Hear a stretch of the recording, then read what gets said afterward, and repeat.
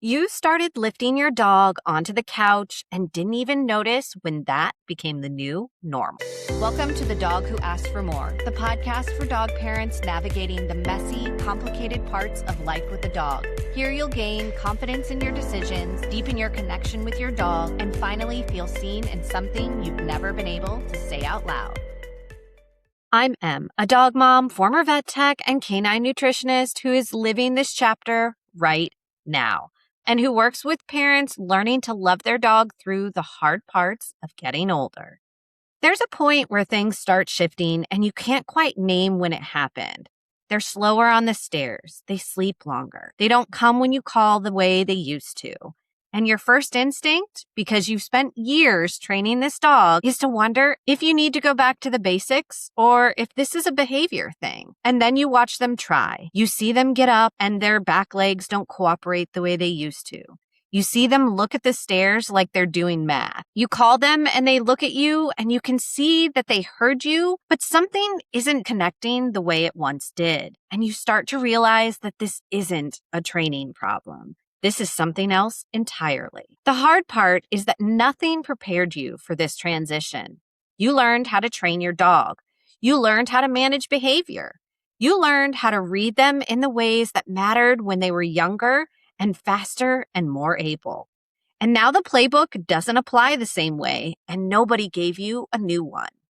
So you're figuring it out in real time, adjusting routines, watching for what helps and what doesn't, trying to understand what your dog needs now versus what they needed 5 years ago, and doing all of that while watching a dog you love get older in ways you can't stop. This is one of the things I hear most from people with senior dogs, not the big stuff, the small daily recalibrations, the moment you stopped expecting them to jump on the couch and started lifting them up instead. The walk got shorter, the medication that changed everything. The routine had to shift to help them function. Most people are navigating this quietly, adjusting on the fly, loving their dog through it without a roadmap. Toby is 15. He has always been a I do what I want kind of dog, which honestly, I respect. But there was a moment that shifted something for me. He peed on my bed in his sleep. Just didn't wake up, didn't know it was happening. And my first thought wasn't frustration. It was, oh, this is different now. This is not a behavior. This is my old dog's body doing something that his body does now. And everything about how I approached him started changing after that.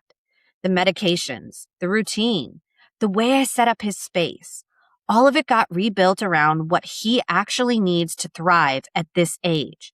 Not what he used to be able to do, what he can do now. And even when you make those adjustments, even when you rebuild the routine and figure out what helps, you're still in the daily uncertainty of it.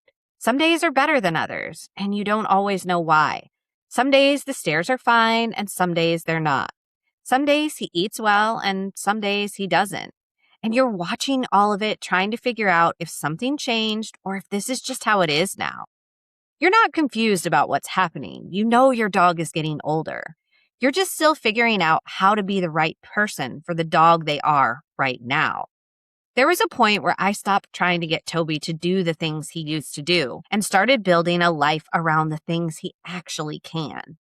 He still wants to. His body just doesn't always get the memo anymore. And knowing that changes how you see everything. The slow morning isn't laziness. The missed cue isn't defiance. The accident in the night isn't a setback.